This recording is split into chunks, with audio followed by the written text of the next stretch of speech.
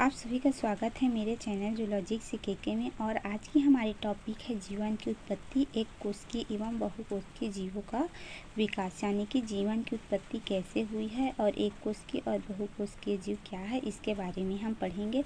तो देखते हैं जीवन की उत्पत्ति कैसे हुई है। जीवन की उत्पत्ति, तो जीवन की उत्पत्ति देखते हैं। जीवन की उत्पत्ति लगभग 3.5 से 4 अरब वर्ष पहले हुई मानी जाती है। वैज्ञानिकों के अनुसार जीवन की शुरुआत रासायनिक विकास से हुई है। यानी कि वैज्ञानिकों का कहना है जो जीवन की शुरुआत हुई है वो क्या, रासायनिक विकास से इसकी शुरुआत हुई है। इस सिद्धांत को ओपरिन और हाल्डेन ने प्रस्तावित किया था और मिलर और यूरी ने प्रयोग 1953 में यह सिद्धांत मजबूत किया। इस सिद्धांत को ओपरिन और होल्डेन ने क्या किया कि जीवन की उत्पत्ति रासायनिक विकास से हुई है, इसको प्रस्तावित किया। लेकिन मिलर और यूरी ने क्या किया, 1953 में यह सिद्ध कर दिया कि हमारी जो जीवन की उत्पत्ति हुई है वो सच में रासायनिक विकास से हुई है। पृथ्वी की प्रारंभिक वायुमंडल स्थितियों में जल वाष्प, मीथेन, अमोनिया और हाइड्रोजन जैसे गैसों की उपस्थिति थी। प्रारंभ में क्या थी, पृथ्वी पर वातावरण बहुत गर्म था और गैसों से भरा हुआ था, जिसमें क्या थे, जल वाष्प, मीथेन, अमोनिया, हाइड्रोजन, ये सब गैस थे। और उसी समय क्या हुआ, रासायनिक विकास की प्रक्रिया से सरल अणु आपस में जटिल कार्बनिक यौगिक बने, जैसे कि अमीनो अम्ल, प्रोटीन, न्यूक्लिक अम्ल में बदले। इन्हीं से जीवन की पहली इकाई यानी कि प्राचीन कोशिका विकसित हुई। इन्हीं से प्रोटीन, न्यूक्लिक अम्ल बने, जिससे प्रारंभिक प्रजनन करने वाले अणु बने। यही जीवन की क्या थी, पहली झलक थी।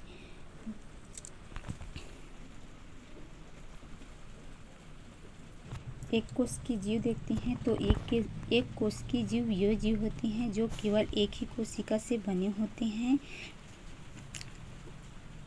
और वही कोशिका उनके पूरे शरीर का कार्य करती है। और एक कोशिकीय जीव में जो होते हैं सरल संगठन होता है, कोई ऊतक या अंग नहीं होते हैं। जबकि बहुकोशिकीय जीव एक से अधिक कोशिकाओं से बने होते हैं। एक कोशिकीय जीवों में सभी जीवन प्रक्रिया एक ही कोशिका से होती है, जबकि बहुकोशिकीय जीवों में अलग अलग कोशिकाएं अलग अलग कार्य करती हैं। एक कोशिकीय जीव के उदाहरण है अमीबा, पैरामीशियम, बैक्टीरिया, यीस्ट। यहाँ पर इसका डायग्राम भी दिया हुआ है।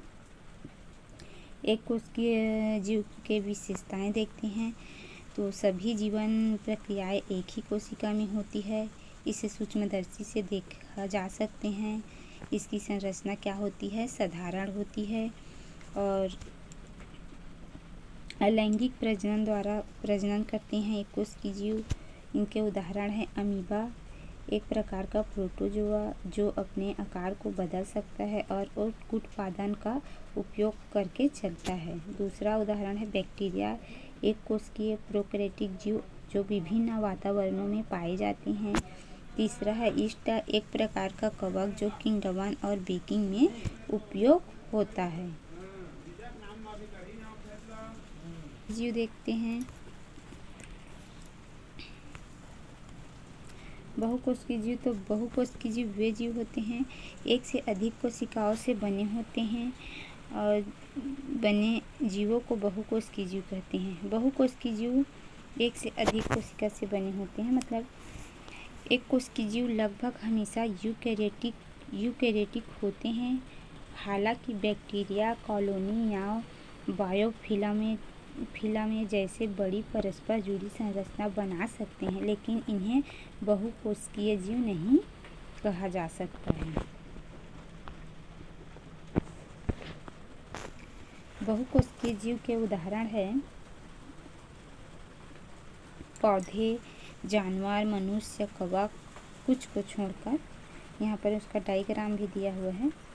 और बहुकोशिकीय जीव के विशेषता देखते हैं। तो विभिन्न कोशिकाएं विशिष्ट कार्यों के लिए विशेषीकृत होती है, आकार में बड़े होते हैं और नग्न आँखों से देखा जा सकते हैं। एक कोशिकीय जीव को हम नग्न आँखों से नहीं देख सकते, सूक्ष्मदर्शी की सहायता से देखते हैं, लेकिन जो बहुकोशिकीय जीव है उसको हम लोग नग्न आँखों से देख सकते हैं। बहुकोशिकीय जीव में क्या होती है, अलैंगिक और लैंगिक दोनों प्रकार के प्रजनन द्वारा प्रजनन करते हैं। और बहुकोशिकीय जीव के उदाहरण है पौधे, प्रकाश संश्लेषण के माध्यम से अपना भोजन स्वयं बनाते हैं। दूसरा है जानवर, अपना भोजन प्राप्त करने के लिए अन्य जीवों पर निर्भर रहते हैं। तीसरा है मनुष्य, एक जटिल बहुकोशिकीय जीव जो विभिन्न प्रकार के कार्यों को करने में सक्षम होते हैं। एक कोशिकीय और बहुकोशिकीय जीव में मुख्य अंतर देखते हैं। तो विशेषता क्या है, एक कोशिकीय जीव है ये और ये बहुकोशिकीय जीव है। तो देखते हैं मुख्य अंतर क्या क्या है। एक कोशिकाओं की संख्या, तो एक कोशिकीय जीवों में कोशिकाओं की संख्या क्या होती है, एक होती है, जबकि बहुकोशिकीय जीव में एक से अधिक कोशिकाएं होती हैं। एक कोशिकीय जीव का आकार क्या होता है, छोटा होता है। बहुकोशिकीय जीव का आकार क्या होता है, बड़ा होता है। एक कोशिकीय जीव की संरचना कैसे होती है, सरल होती है, और बहुकोशिकीय जीव की संरचना क्या होती है, जटिल होती है। एक कोशिकीय जीव के कार्य क्या है, सभी कार्य एक ही कोशिका से संपन्न होती है, जबकि बहुकोशिकीय कोशिका में क्या होती है, सभी कार्य विभिन्न कोशिकाएं विभिन्न कार्यों के लिए विशेषाकृत होती हैं। दृश्यता देखते हैं, तो एक कोशिकीय जीव को हम सूक्ष्मदर्शी से देखते हैं, जबकि बहुकोशिकीय जीव को नग्न आँखों से देख सकते हैं।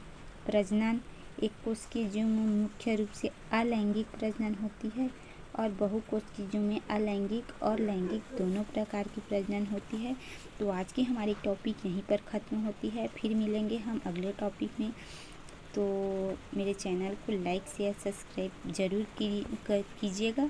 धन्यवाद।